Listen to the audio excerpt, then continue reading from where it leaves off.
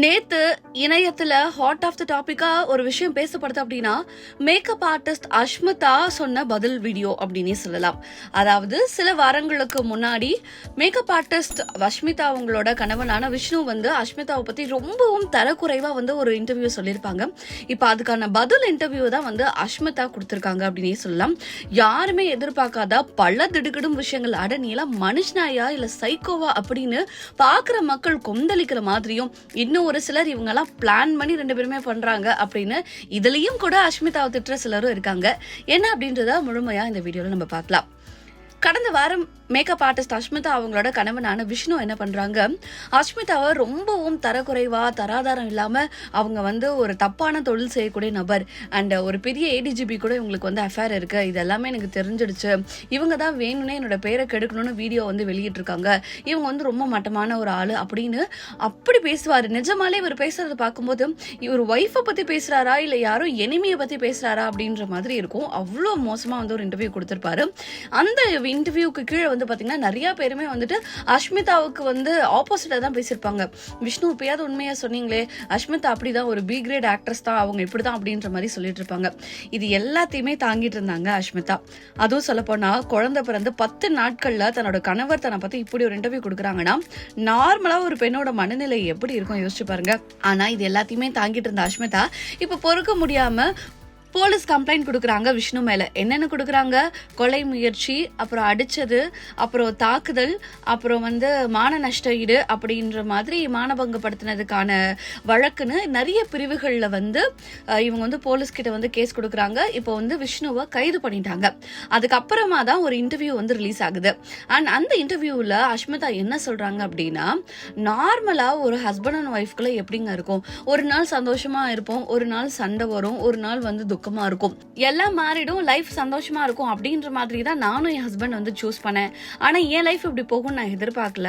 என்ன ஒரு கட்டத்துல நான் எந்த வேலையும் பார்க்க கூடாது, 2020 21 22 நான் எதுவுமே பார்க்க கூடாது, சம்பாதிக்க கூடாது, இவ சம்பாத்தியத்துல நான் இருக்கக்கூடாது அப்படின்னு என்னை முடக்க பார்த்தாங்க. அதனால நான் ஃபர்ஸ்ட் டைவர்ஸ் கேட்கற மாதிரி இருந்தது. அதுக்கு முழு காரணம் விஷ்ணுவும் விஷ்ணுவோட அம்மாவும் தான். நான் விஷ்ணுவை மட்டும் கல்யாணம் பண்ணல, அவங்க அம்மாவையும் சேர்த்து கல்யாணம் பண்ணியிருக்கேன். ஏன்னா என்ன நடந்தாலும் அவங்க அம்மா கிட்ட போய் சொல்லிடுவான். இப்படிதான் எங்களுக்குள்ள பிரச்சனை போயிட்டே இருந்தது. நான் முன்னேறது அவனுக்கு சுத்தமாவே பிடிக்கவே இல்லை. அதனாலேயே நிறைய பிரச்சனைகள் வந்துட்டே இருந்தது. ஒரு கட்டத்துல பாத்தீங்கன்னா இந்த ஷேர் மார்க்கெட்டு, இந்த ட்ரேடிங் இதெல்லாம் எனக்கு சுத்தமா தெரியாது. 2015 எங்களுக்கு கல்யாணம் ஆகும்போது எங்க அப்பா கூட இன்வெஸ்ட் பண்ணியிருக்காங்க. அதுல இருந்து கொஞ்ச நாளைக்கு காசு கொடுத்தாங்க. அப்புறமா சரி இதோட பிரின்சிபல் அமௌண்ட் நாங்க கேட்கும் போது என்ன சொன்னாங்கன்னா, கல்யாண செலவுல கழிச்சுக்கலாம் அப்படின்ற மாதிரி சொல்லிட்டாங்க. நாங்களும் கல்யாணம் ஆக போறதுன்றதுனால எதுவுமே கேட்கல. இப்போ இந்த தடவை மறுபடியும் இது பெரிய இஷ்யூவா ஆகும்போது நான் விஷ்ணு கிட்ட கேட்கிறேன், இது இல்லீகலா, பண்ணக்கூடாதா, நிறைய பேர் சொல்றாங்க, நிறைய பேர் என்ன நம்பிதான் கொடுத்தேன்னு சொல்றாங்க, ஆனா என்கிட்ட யாரும் கொடுக்கல, உங்ககிட்ட தான் கொடுத்துருக்காங்க, இதை பத்தி சொல்லு அப்படிங்கும்போது விஷ்ணு என்ன சொல்றாருன்னா, இது ஜஸ்ட் ஒரு பிசினஸ் லாஸ் தான் அப்படின்ற மாதிரி சொல்றாரு. ஏன்னா எனக்கு இதை பத்தி நாலேஜ் கிடையாது. சரி பிசினஸ் லாஸ் தானே, நம்மளால அதை ஓவர் கம் பண்ண முடியும், உனக்கு நான் ஒரு பெரிய சப்போர்ட்டா இருக்கேன், நான் உனக்கு ஒரு பெரிய மலையா இருக்கேன் அப்படின்ற மாதிரி தான் நானும் நினைச்சிட்டு இருந்தேன். ஆனா நிறைய பேர் எனக்கு டிஎம் பண்றாங்க, இல்ல அது இல்லீகல், இப்படி பண்ணக்கூடாது, உங்க ஹஸ்பண்ட் ஏமாத்திட்டாங்கன்னு சொல்லும்போது நான் அதை கொஸ்டின் பண்றேன். கார்ல போகும்போது நீ குடிச்சிருக்கியா, சரி நான் உங்ககிட்ட பேசலாமான்னு தெரியலன்ற, இல்ல நீ கேளு நான் பதில் சொல்றேன் அப்படின்னு விஷ்ணு சொல்றாரு. அதுக்கப்புறமா நான் கேட்கிறேன், நீ இந்த மாதிரி இல்லீகலா பண்றியான்னு.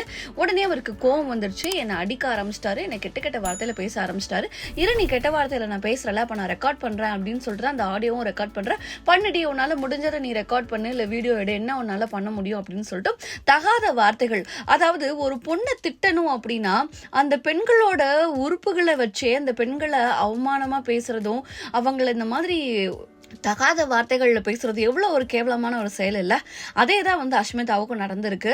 அவ்வளோ கெட்ட கெட்ட வார்த்தைகள்ல பேசுறாங்க. அவங்க இந்த வார்த்தைகளை தாங்கிக்க முடியாம அழுகுறாங்க.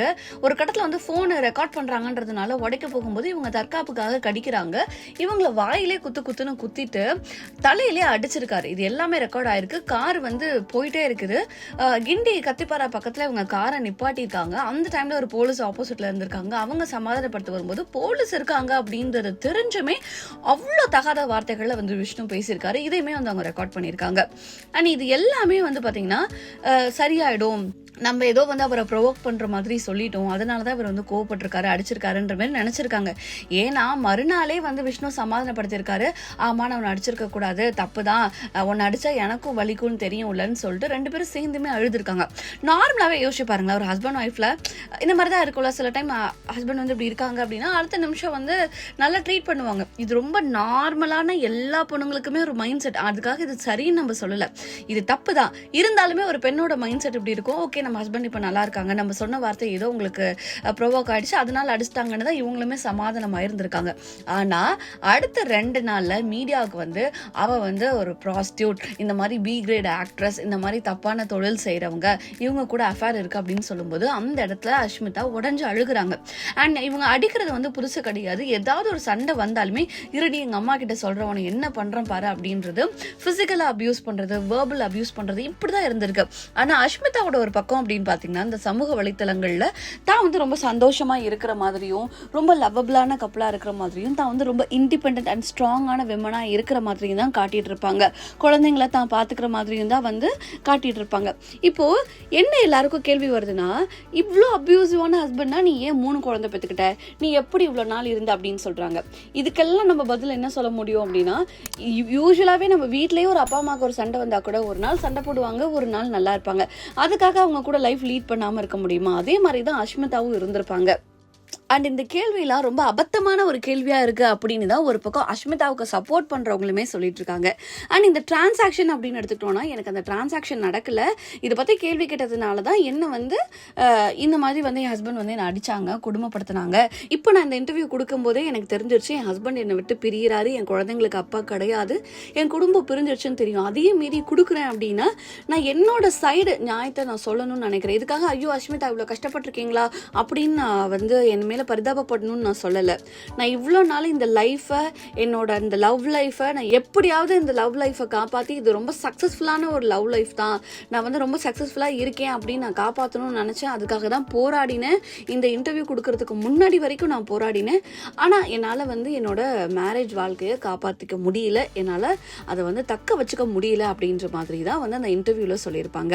அண்ட் இப்போ கூட இந்த இன்டர்வியூ பார்த்துட்டு நிறைய பேர் வந்து ஒரு பக்கம் அஷ்மிதா நிஜமாலே நீங்கள் சொல்கிறது உண்மைதான், நாங்கள் உங்களோட ஒரு பாசிட்டிவான சைடே பார்த்துட்டோம், இந்த சைடு வந்து நாங்கள் பார்க்கல அப்படின்னு பாசிட்டிவாக கமெண்ட் பண்ணாலும் நெகட்டிவ் கமெண்ட்ஸ் எடுத்துகிட்டு தான் இருக்குது. இவ எப்படி வந்து 3 குழந்தை பெற்றா, இவ்வளோ நாள் உனக்கு அப்யூஸும் தெரியலையா, இல்லை இந்த ஸ்கேமை மறைக்கிறதுக்கு 2 பேருமே வந்து நாடகம் பண்ணுறீங்களா, அது எப்படி கரெக்டாக ஒன்று அடிக்கும் போதெல்லாம் வந்து அந்த இடத்துல கேமரா இருந்தது, இதெல்லாம் என்னது, இதெல்லாம் நம்புகிற மாதிரியா இருக்குது, புருஷன் பொண்டாட்டி 2 பேரும் சேர்ந்து நடிக்கிறீங்க, அண்ட் இப்போ நீங்கள் இப்படி சொல்லுவீங்க, அடுத்த ஒரு 6 மாதத்தில் ஒன்று சேர்ந்துட்டு 4வது குழந்தைக்கு பிளான் பண்ணுவீங்க, இப்படின்ற மாதிரி ஒரு பக்கம் வந்து இவங்களை தப்பாக பேசுகிறவங்களும் இருக்க தான் செய்கிறாங்க. அண்ட் இன்னொரு பக்கம் அஷ்மிதாவுக்கு ஆதரவு இருக்க தான் செய்யுது.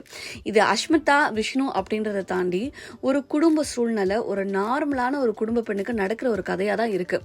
ஆனால் இதே அஷ்மிதாவுக்கு நடக்கும்போது அது ரொம்ப பெருசாக தெரியப்படுது. அஷ்மிதா ரொம்ப பாசிட்டிவாக அவங்களோட சமூக வலைத்தளங்களில் இண்டிபெண்ட்டாக இருக்கேன், ஸ்ட்ராங்காக இருக்கேன் அப்படின்னு சொன்னாலும் அவங்கள பற்றி தவறாக தான் பேசுகிறாங்க. அவங்க இவங்களோட நெகட்டிவ் சைடை மறைச்சிக்கிட்டு பாசிட்டிவ் சைடு மட்டுமே காமிச்சாலும் இப்போ பிரச்சனைகள் வந்து கையை மீறி போயிடுச்சு, இப்போ எல்லாருக்கும் தெரிஞ்சுதான் ஆகணும் அப்படின்னு அவங்க நெகட்டிவ் சைடை சொன்ன பிறகும் கூட அவங்கள தவறாக தான் பேசிகிட்டு இருக்காங்க. இவ்வளோ அழுக்க வச்சுட்டு தான் நீ இப்படி பண்ணியா அப்படின்னு சொல்லிட்டு. ஸோ என்ன பண்ணாதான் இவங்க திருப்தி அடைவாங்கன்னு தெரியல அப்படின்ற மாதிரியும் அஷ்மிதாவுக்கு சப்போர்ட் பண்ணக்கூடிய ஒரு சில ஆட்கள் இருக்க தான் செய்கிறாங்க. அஷ்மிதா மற்றும் விஷ்ணு இவங்களுக்குள்ள நடக்கிற இந்த பிரச்சனையை பற்றி நீங்கள் என்ன நினைக்கிறீங்க அப்படின்ற உங்களோட கருத்தை கீழே மறக்காமல் கமெண்ட்ஸில் தருவீங்க.